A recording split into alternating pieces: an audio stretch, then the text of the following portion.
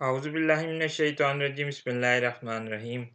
Royal you TV की तरफ से अस्सलाम वालेकुम। पिछले दिनों हमारे एक भाई सैयद मुख्तार साहब ने हमारे रॉयल यू टीवी चैनल के तवज्जुद से एक बहस का आगाज़ किया और कहा कि याजूज और माजूज के हवाले से वो हमारी राय से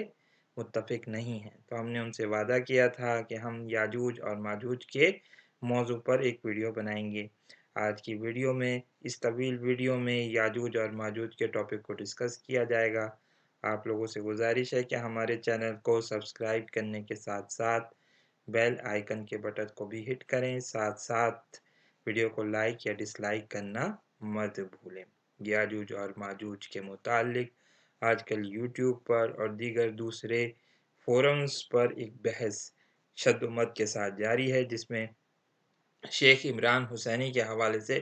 बहुत सारी बातें की जाती हैं। गो के शेख इमरान हुसैनी का मौक़िफ़ कुछ अजीब व गरीब तरह का मौक़िफ़ है, जो हमारे कदीम मुफस्सिरीन और दीगर दूसरे अहबाब उलमा इकराम के मौक़िफ़ से मुताबिकत नहीं रखता है। आइए इस वीडियो में थोड़ा सा डिस्कस करते हैं कि याजूज और माजूज किनको कहा गया है। पहले तो एक बात की क्लेरिफिकेशन देना हम ज़रूरी समझते हैं कि याजूज और माजूज कोई एलियंस का नाम नहीं है, ये कोई गैर इंसानी मखलूक नहीं है, बल्कि अगर तारीख़ी हवालों से देखा जाए तो याजूज और माजूज इंसानी मखलूक ही हैं और इंसानों के ग्रोह से ही ताल्लुक़ रखते हैं। बात करेंगे इब्न खुल्दून की, जिन्होंने अपने मुकदमे और तारीख़ में इस बात का ज़िक्र किया है कि याजूज और माजूज हज़रत नूह अलैहिस्सलाम के बेटे याफिस अलैहिस्सलाम की औलाद में से हैं। जी हाँ, हज़रत याफिस तीसरे बेटे थे। पहले बेटे का नाम हाम था, दूसरे बेटे का नाम साम और तीसरे बेटे का याफिस था। हज़रत नूह अलैहिस्सलाम के 4 बेटों का जिक्र होता है, लेकिन साथ साथ कुरान मजीद हमें ये भी बताता है कि हज़रत नूह अलैहिस्सलाम के चौथे बेटे तूफ़ान नूह में हलाक हो गए थे। बहरहाल बात करते हैं और आगे बढ़ते हैं। इब्न खुल्दून के हवाले से उन्होंने ये बात कही है कि ये याजूज और माजूज बुनियादी तौर पर वो तुर्क कबाइल हैं जो इस दुनिया की 7वीं अक़लीम में जाकर आबाद हुए। अब अगर बात करें तो सूरह कहफ का ज़िक्र ज़रूर आता है। आज की इस वीडियो में हम सूरह कहफ को उर्दू तर्जुमे को पढ़ेंगे। गो के वीडियो की तवालत के ख़ौफ से अरबी मतन को नहीं पढ़ा जाएगा, क्योंकि हम इसमें बहुत सारे हवाले पेश करेंगे, कुछ नक्शे भी आपके सामने रखेंगे और ये भी बताएंगे कि हज़रत ज़ुल्करनैन का ज़िक्र जो कि किया जाता है ये कौन से बादशाह थे। आइए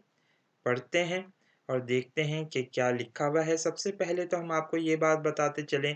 कि रसूल अल्लाह सल्लल्लाहु अलैहि वसल्लम से यहूदियों ने ये सवाल पूछा था कि ये ज़ुल्करनैन कौन है। तो फिर उसके जवाब में यह आयात नाजिल हुई थी, क्योंकि सूरह कहफ में दीगर मज़ामीन भी शामिल हैं जो कि यहूदियों के सवालों से मुताल्लिक़ थे, लेकिन हम अभी उस बहस में नहीं जाएंगे, सिर्फ इसी पर फोकस रखेंगे कि हज़रत ज़ुल्करनैन किनको कहा गया है।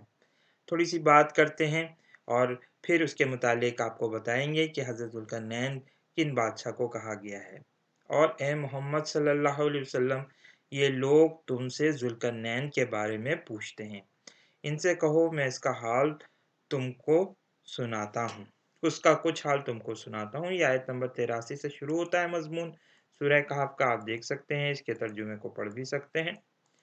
फिर हम नीचे जाएंगे।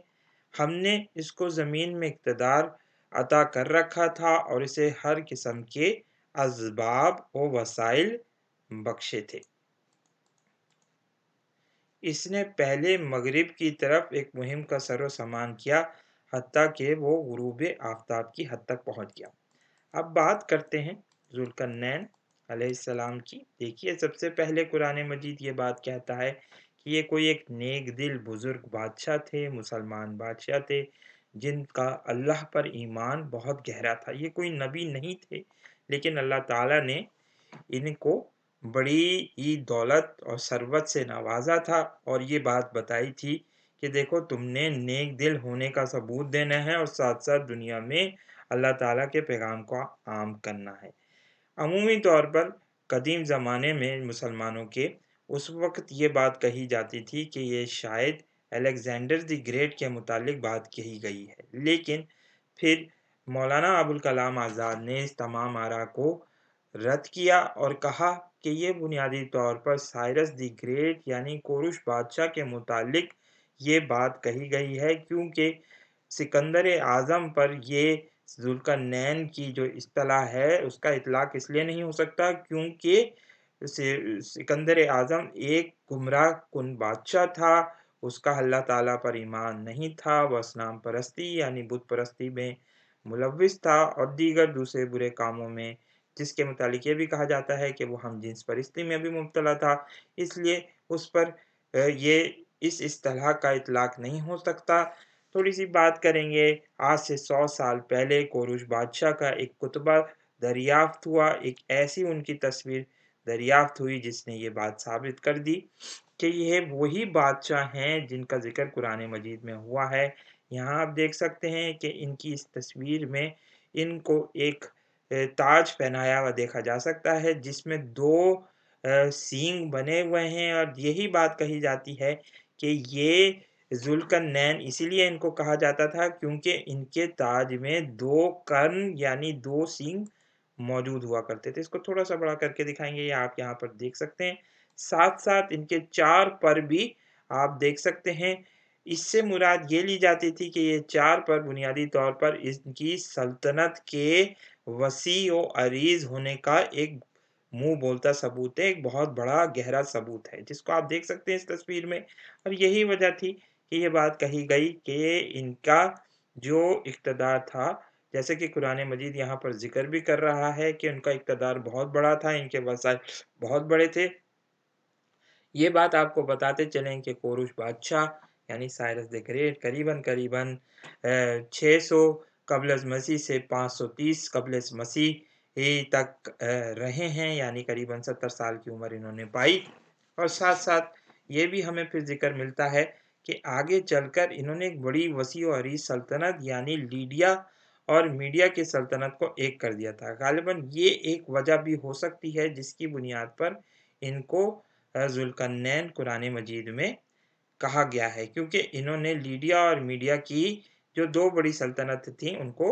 इकट्ठा कर दिया था। अब कुछ आपको उस नक्शे में हम दिखाते भी हैं कि लीडिया और मीडिया की सल्तनत जिसका बात कर रहे हैं वो क्या है। बुनियादी तौर पर इनका करीबन जो इक़्तिदार था वो पूरी की पूरी ईरानियन जो आज का इलाका है वो शामिल था, उसमें आर्मीनिया के इलाके थे और एशियाई कोचक यानी मौजूदा तुर्की का भी इलाका इसमें शामिल था। और आप इसको कह सकते हैं कि कुछ सऊदी अरब का इलाका भी इसमें शामिल था जो आजकल कहलाता है इराक भी शामिल था, और साथ-साथ जो इसराइल और फ़लस्तीन का इलाका आज कहलाता है वो भी इनकी सल्तनत में शामिल था। और इनकी सल्तनत बुनियादी तौर पर मिस्र तक वसी हो गई थी।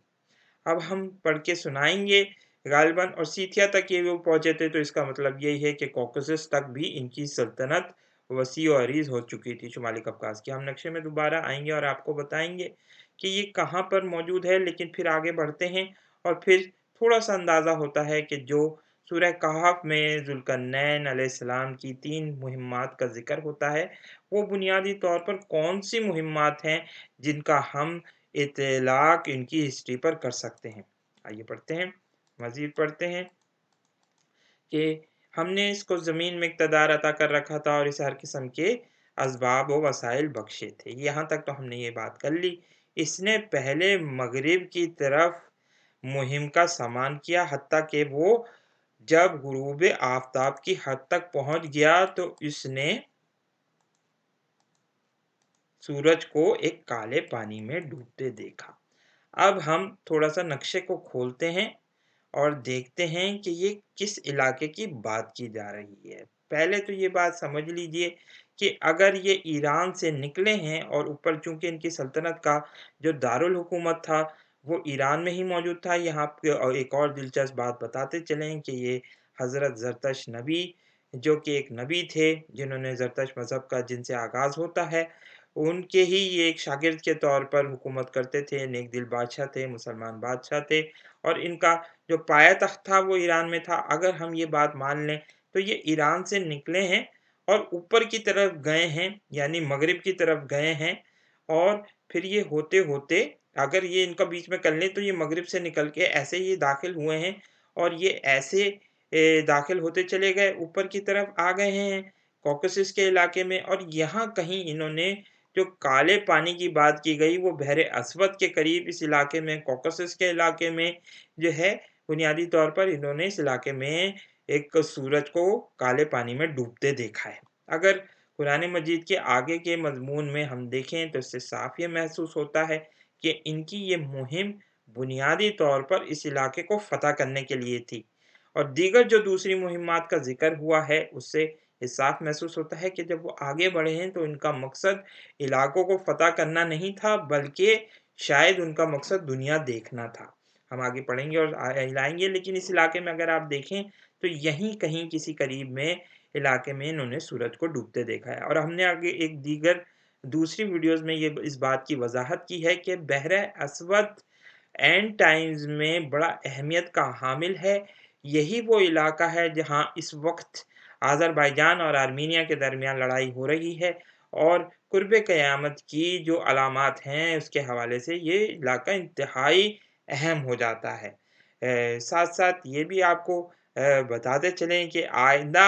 जो दीगर उन्होंने मुहिम्मात इख्तियार करी थीं और वो आगे बढ़े थे, वो इलाके भी एंड टाइम्स के हवाले से बहुत ही अहमियत के हामिल हैं। यहाँ एक मज़ीद बात का इज़ाफ़ा करते चलें कि सूरह कहफ में जितने भी मज़ामीन हैं, वो सारे के सारे एंड टाइम्स के हवाले से ही देखे जाएँगे, पढ़े जाएँगे, इनको समझा जाएगा। जैसे असहाब कहफ, हज़रत मूसा अलैहिस्सलाम के वाक़यात में जो कि हज़रत ख़िज़र अलैहिस्सलाम के साथ उनके पेश आए, वो वाक़यात भी जिस तरीके से पेश आए वो भी एंड टाइम्स के हवाले से हैं। इसके अलावा 2 अशख़ास का मुकालमा है, उसका भी हमने अपनी एंड टाइम सीरीज़ में ये ज़िक्र किया था कि ये जो आखिरुज़्ज़मा के हवाले से वाक़यात हो रहे हैं उसके लिए बड़े ही उसके पस मंज़र में बड़ी अहमियत इख्तियार कर जाते हैं।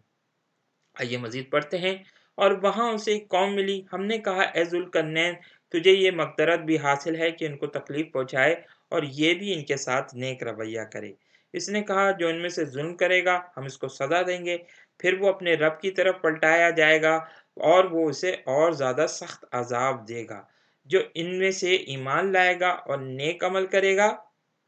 इसके लिए अच्छी जज़ा है और हम इसको नर में काम देंगे। इससे इस मज़मून से साफ ये वाज़ेह होता है कि यहाँ इस इलाके में जब ये हज़रत ज़ुल्करनैन दाखिल हुए हैं तो बुनियादी तौर पर वो उनको ये इख्तियार दिया गया था कि इस तमाम इलाके को वो फ़तह कर लें और अपनी सल्तनत में शामिल कर लें और इन लोगों पर उनको पूरा इक़्तिदार हासिल किया गया और ये कहा गया कि इनको अगर सज़ा देनी है तो सज़ा दो। उन्होंने कहा भाई जो भाई नेक अमल करेगा, अल्लाह की अहकामात की पैरवी करेगा, उसको हम जो है अच्छी जज़ा देंगे और नर में काम देंगे।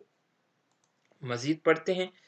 अब आने वाली जो जितनी भी मुहिम्मात हैं उसमें कुरान मजीद कोई ऐसे वाज़ेह हिदायत हज़रत ज़ुल्करनैन अलैहिस्सलाम को देता हुआ नज़र नहीं आता है, जिससे ये साफ महसूस होता है कि इनकी ये मुहिम्मात बुनियादी तौर पर एक ख़ास मकसद के लिए थीं, यानी एक सफ़र के लिहाज से थीं और इनका मकसद इन इलाकों को अपनी सल्तनत में शामिल नहीं करना है। यही वजह है कि साइरस द ग्रेट कोरोश बादशाह के ज़िमन में हमें कोई ऐसा वाक़या नहीं मिलता है कि उन्होंने ये दीगर जिन इलाकों की हम बात करेंगे उनको अपनी सल्तनत में शामिल कर लिया हो।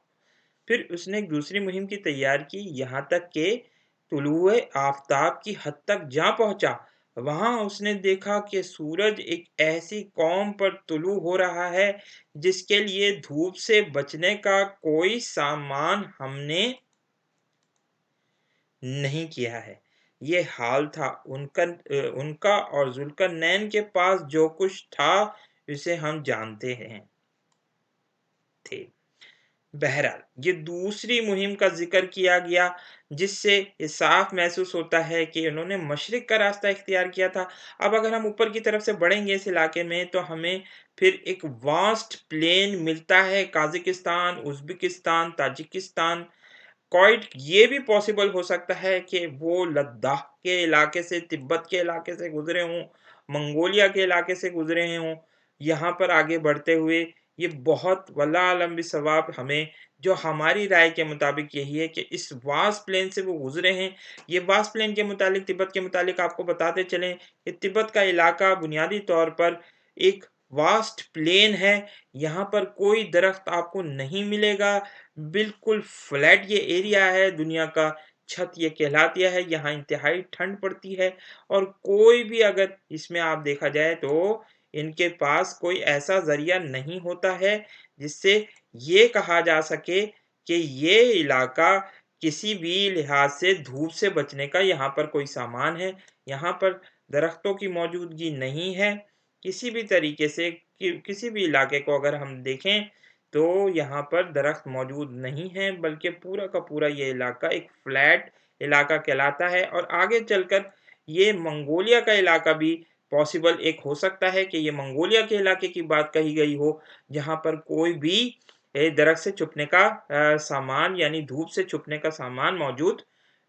نہیں ہے۔ یہ پاسبلٹی یہ بھی ہو سکتی ہے منگولیا کا علاقہ ہو، کیونکہ ایک زمانے میں جب چنگیز خان نے یہاں سے علاقے سے نکل کر پوری دنیا پر حملہ کیا تو یہ شاید یہ پاسبلٹی ہو سکتی ہے کہ پہلی مہم کا ذکر کوکسس سے کیا گیا، دوسری مہم منگولیا میں ہو سکتی ہے اور پھر تیسری ہم آگے بڑھیں گے اور چائنا کے علاقے کی طرف آئیں گے جہاں یاجوج اور ماجوج کا وطن بتایا گیا ہے۔ لیکن اس سے یہ بھی ہم نتیجہ اخذ کر سکتے ہیں کہ ایک زمانے میں رسول اللہ صلی اللہ علیہ وسلم کے زمانے سے کچھ عرصے پہلے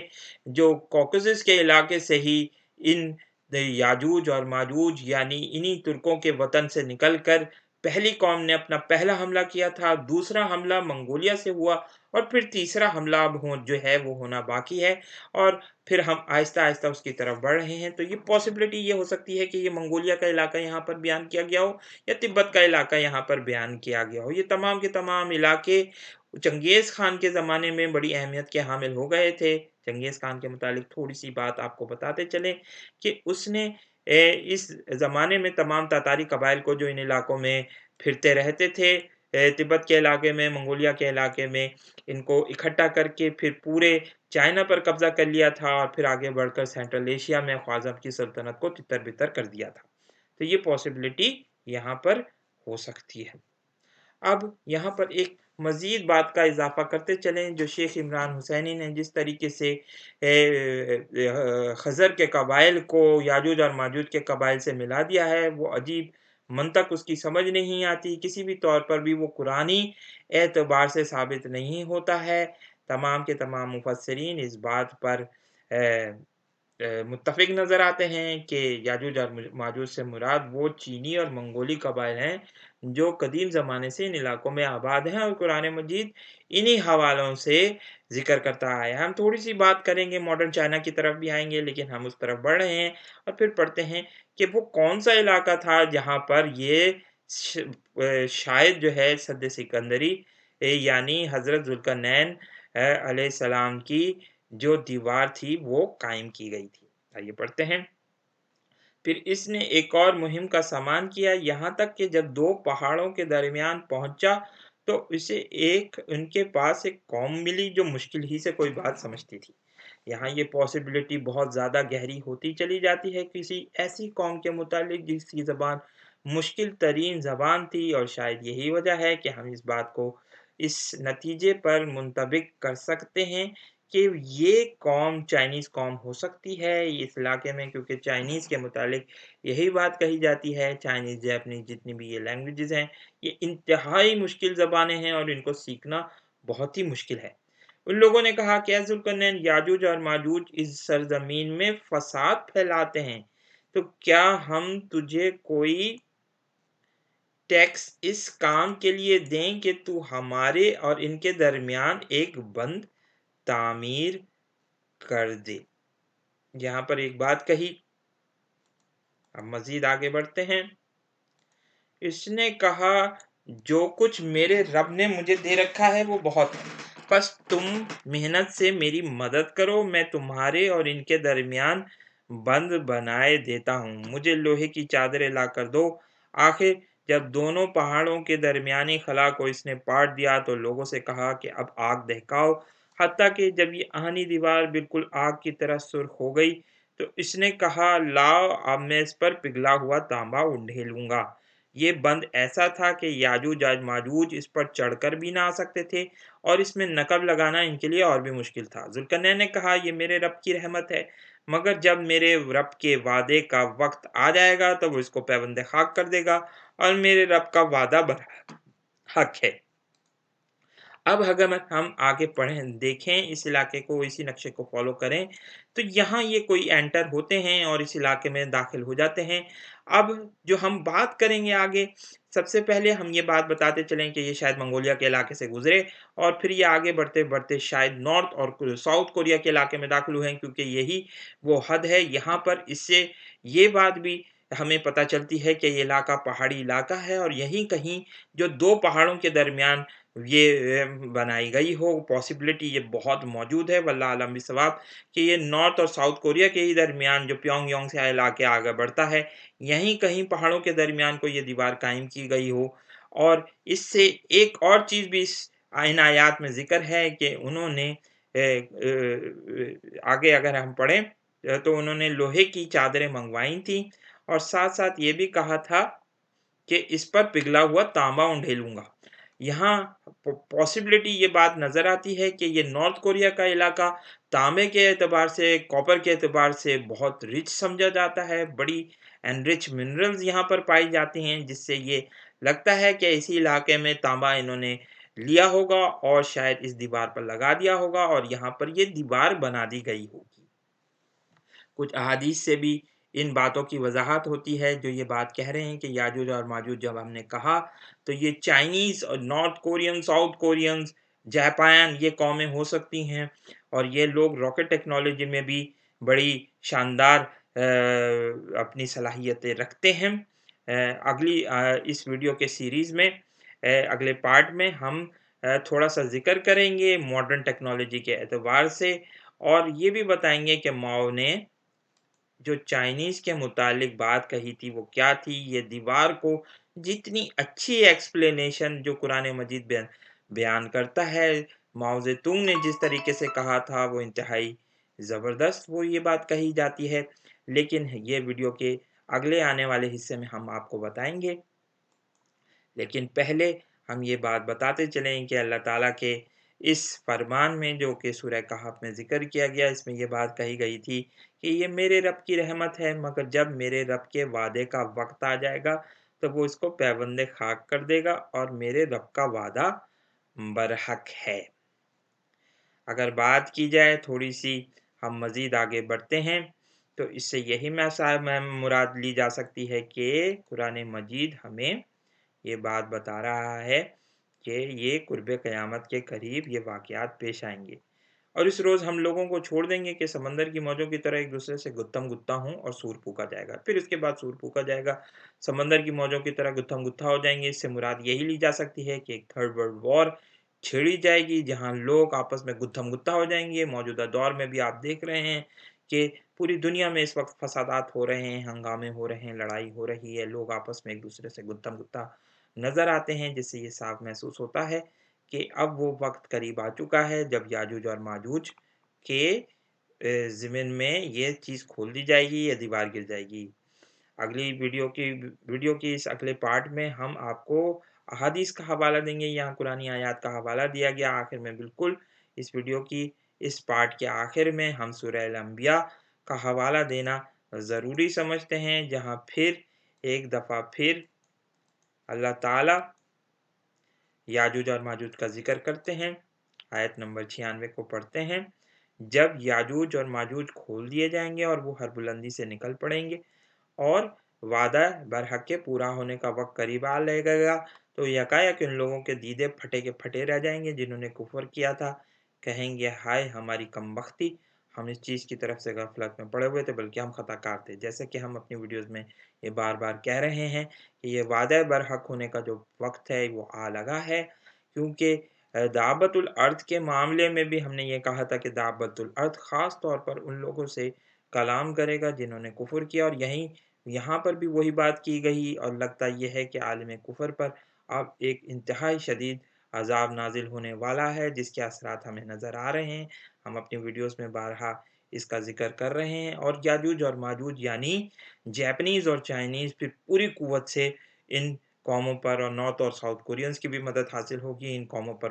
ٹوٹیں گے اور پھر پوری دنیا میں ہمیں ایک تھرڈ ورلڈ وار کا سیناریو ابھرتا ہوا نظر آئے گا، جس میں نیوکلیئر وار بھی نظر آئے گی۔ اگلی آنے والے ویڈیو میں انشاءاللہ ہم احادیث کا ذکر کریں گے اور مزید اس ٹاپک کو وضاحت کرنے کی کوشش کریں گے۔ امید ہے کہ ہماری یہ کوشش آپ کو پسند آئی ہوگی۔ السلام علیکم۔